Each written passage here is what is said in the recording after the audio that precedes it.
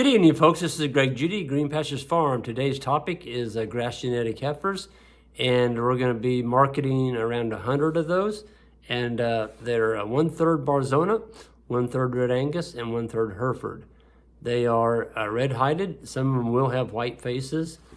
They've never had any grain. They're all natural, no antibiotics, no implants, no hormones. No ionophores, none of that stuff. They're just natural grass cattle. They've been raised on fescue, clover, orchard grass type pastures in some warm seasons. They are extremely thick. They've got a really good gut capacity on them. The picture on the front of this video would be a good comparison. What you're looking at for that heifer on there is probably around 500 pounds. Standing in front of her mother, which is probably around 1,000, 1,100 pounds. Folks, the money in grass, if you want to make money and just graze 100% grass, legumes, pasture, it's in the way that you can convert grass to meat. If you get your animals too big, to me, if you get them much over 1,200 pounds, you're really going to be behind the 8 ball, especially in the wintertime. Those animals just can't keep on condition. And when it gets cold and you're expecting them to eat stockpile fescue, they're just not going to be able to perform very well for you. They're going to look like they've been on a starvation diet by the time spring gets there. And so if you go through a winter with cows that you've got to be feeding some type of grain supplement or some kind of energy source to them, just to keep them in condition where they'll breed back after they calve, you're not going to make any money. And especially today's prices with everything going up, you can't afford to be feeding these animals. They got to be able to feed themselves. And so that's what we're talking about. When I said the term grass genetic, that's what I'm talking about. There truly are grain genetics and there's grass genetics. The feedlots, they like them big. They want to get them as big as they can get them. And the bigger, the better. Unfortunately, there's not any money left for the cow-calf producer. Because at the time he raises that monster, there's no money left in his pocket. It took it all to raise that big monster of a calf. So you've got to be able to, make a living on the farm to stay on the farm.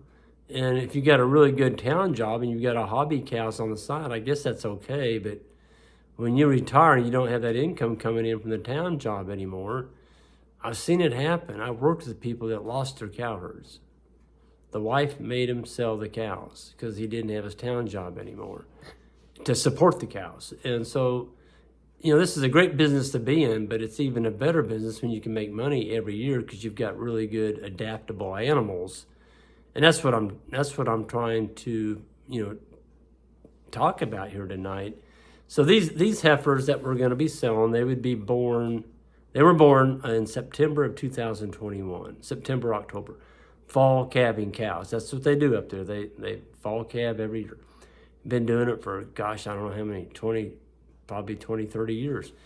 And that works good for them, and they've been doing it long enough, they've kind of got it figured out. I would say these are probably some of the best grass cow herds there are in the state of Missouri. There are no frills. They're very tight run, operations. There's no frivolous money thrown around. If a cow can't give them a calf, they get the cow out of the herd, period. They are run behind hot wire. They're rotated every couple days. And, I know people express interest in me about getting some of our South Pole heifers. Folks, we don't sell that many South Pole heifers. We are going to be selling some older South Pole cow-calf pairs probably in the summertime like we did last year. But we're trying to build our herd back up.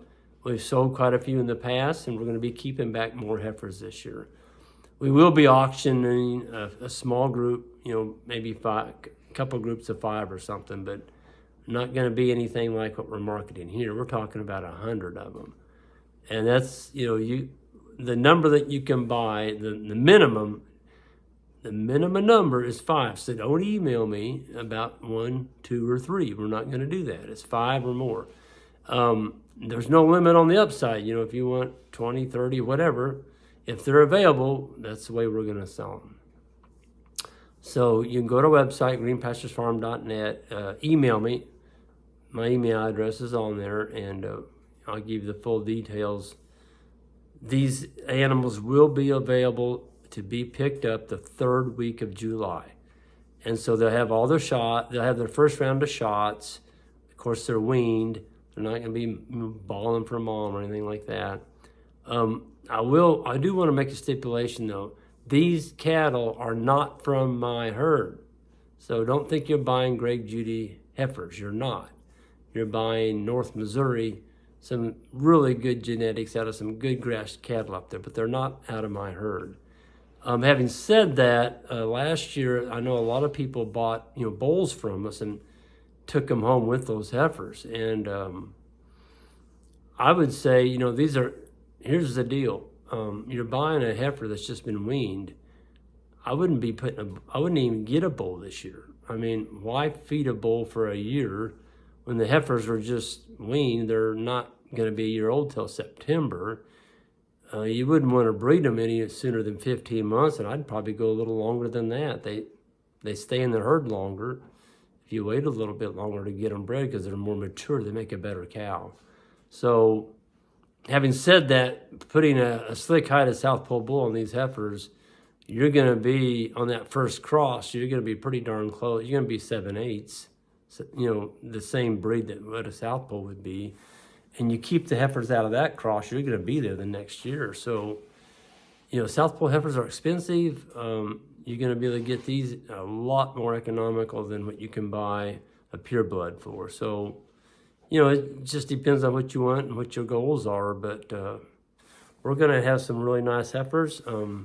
They're probably not going to last too long. I mean, we're going to, people are going to be watching this video. We've got quite a few people watching these videos, and so there's a lot of people wanting them, and I don't blame them. I mean, you can't go to the sale barn and buy these type of cattle. They're just not out there to buy.